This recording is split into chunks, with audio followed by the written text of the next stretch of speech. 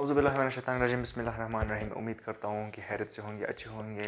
Dear friends, आज हम study करने जा रहे हैं next step of biological problem, biological method, that is deduction. जी दोस्तों, हमने पहले ही जिक्र किया था हाइपोथेसिस, ऑब्जर्वेशन, यानी पहले जो 2-3 स्टेप्स होते हैं ना बायोलॉजिकल मेथड की, उसको हमने डिस्कस किया था। आज हम डिडक्शन जो हाइपोथेसिस से नेक्स्ट जो स्टेप है वो डिस्कस करने जा रहे हैं। स्टूडेंट्स, हमने हाइपोथेसिस के बारे में स्टडी किया था कि हाइपोथेसिस क्या चीज़ होता है। एक स्टेटमेंट होता है जो हम ऑब्जर्वेशन की बुनियाद पे एक प्रॉब्लम, जो बायोलॉजिकल प्रॉब्लम है उसको एक स्टेटमेंट में, एक जुमले में डिफ़ाइन करते हैं, या उसको ऑब्जर्वेशन की बुनियाद पर डिफ़ाइन करते हैं। आज जो डिडक्शन है ये वही हाइपोथेसिस है, लेकिन थोड़ा वो उसको मॉडिफाई किया गया है। उसको एक हाइपोथेसिस से हमने कुछ एक्सक्रीट किया है, और बाकी वही है। ये डिडक्शन जो है, it is N logical consequences of hypothesis. Logical consequences एक इसको अगर हम सिंपली इस जुमले को हम अगर सिंपली डिफाइन करना चाहें तो it is N expected result of hypothesis. सही है। ये जो डिडक्शन है ना, it is N expected result of hypothesis।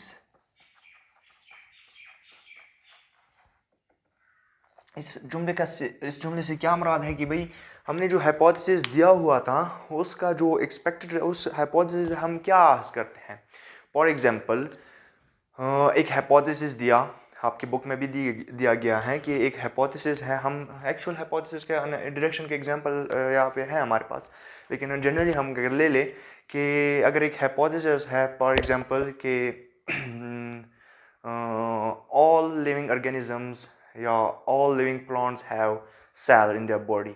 सही है। सो ये एक हाइपोथेसिस हो गया। सो अगर हम इसको डिडक्शन में कन्वर्ट करना चाहें तो इसको हम कुछ यूँ डिफाइन करेंगे कि if all living plants have a cell in their body, then grass will have cell in their leaf।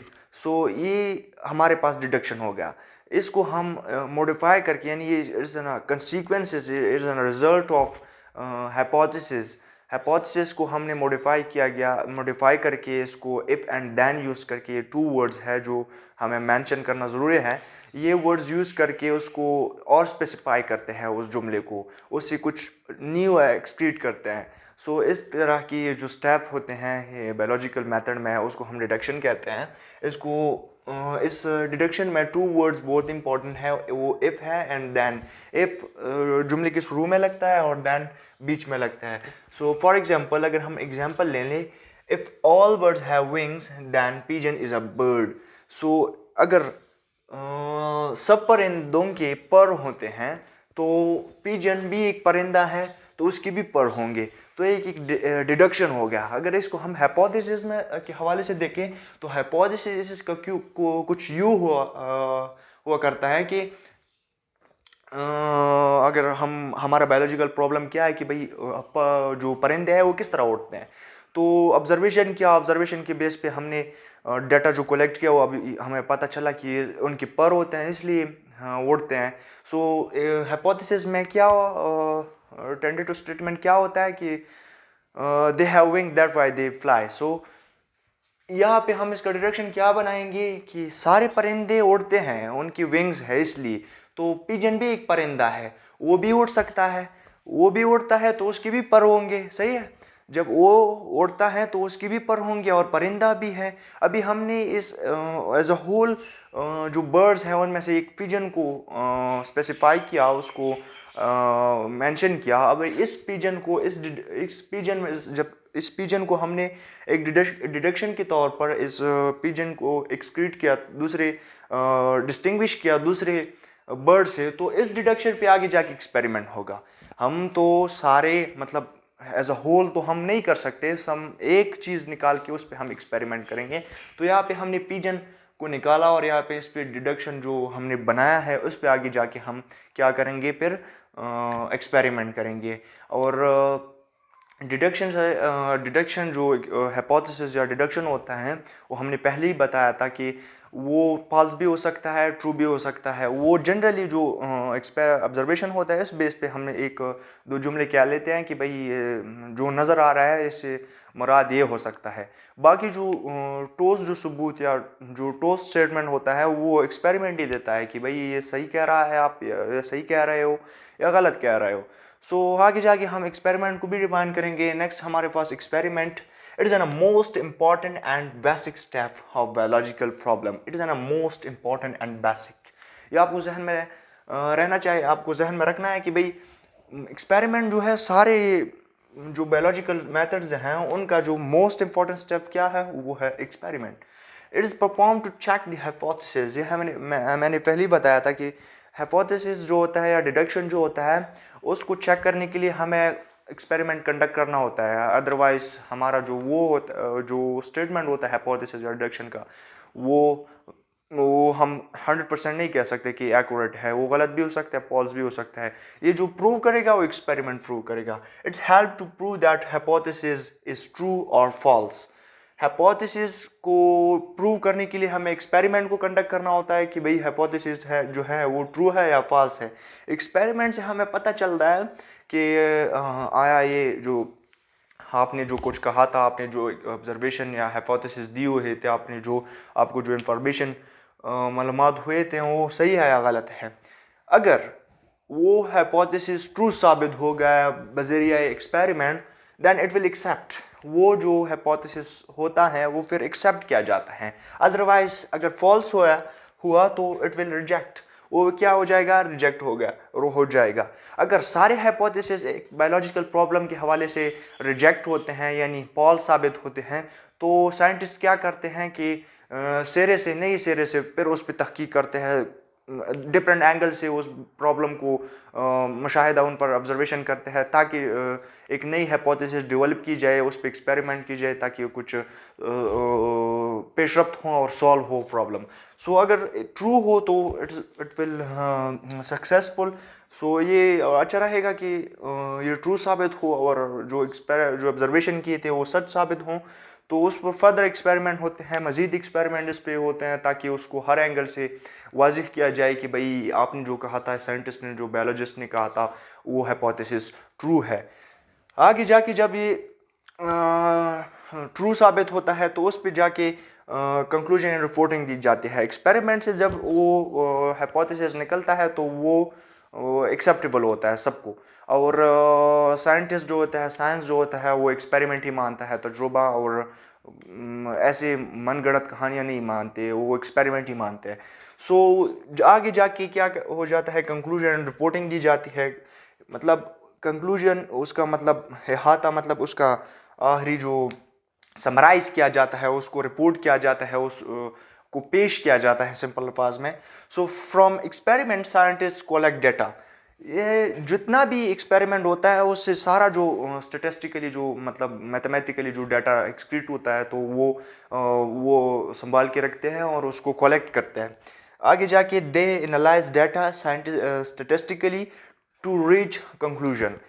आगे जाके उस डाटा को मज़ीद एनालाइज करते हैं, उस पर तजुर्बा तजज़िये करते हैं और आगे जाके एक मुतफ़िका एक्सेप्टेबल एक बयान या एक रिपोर्ट या एक जो समरी होता है वो एक्सट्रैक्ट करते हैं और उसको आगे जाके पेश करते हैं कि भाई हमने इसको डिफरेंट मरहलों से गुजारा है, ये सही डाटा है, ये सही मालूमात है और यही इस प्रॉब्लम का हल है।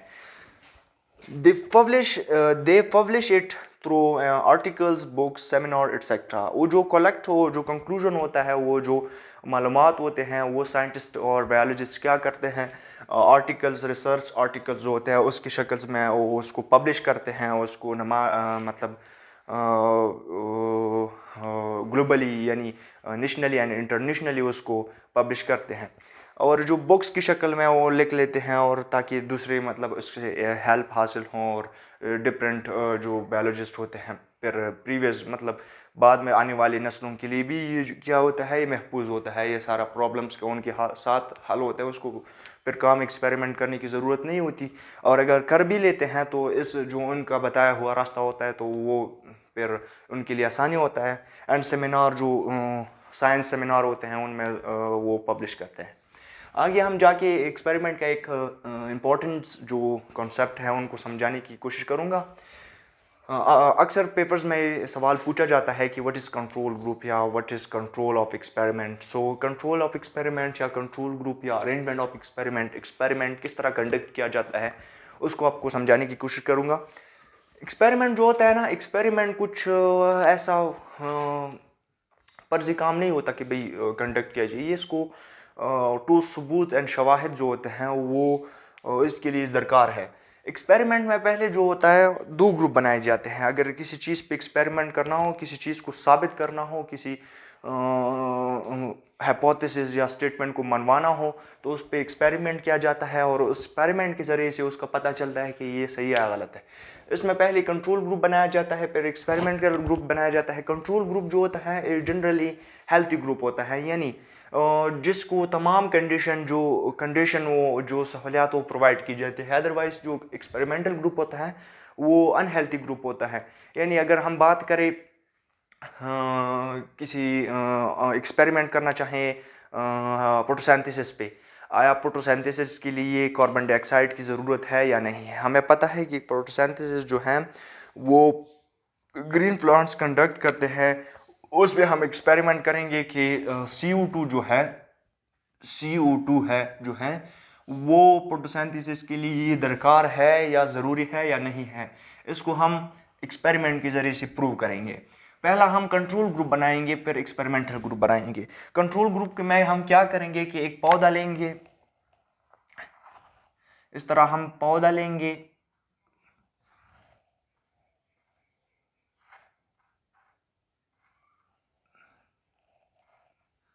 और इसको हम सॉइल भी प्रोवाइड करेंगे जो फोटोसिंथेसिस के लिए ज़रूरी है।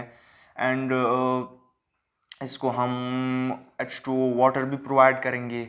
इसको हम सनलाइट जो होता है, सन जो होता है वो भी प्रोवाइड करेंगे और इसको हम CO2 भी प्रोवाइड करेंगे।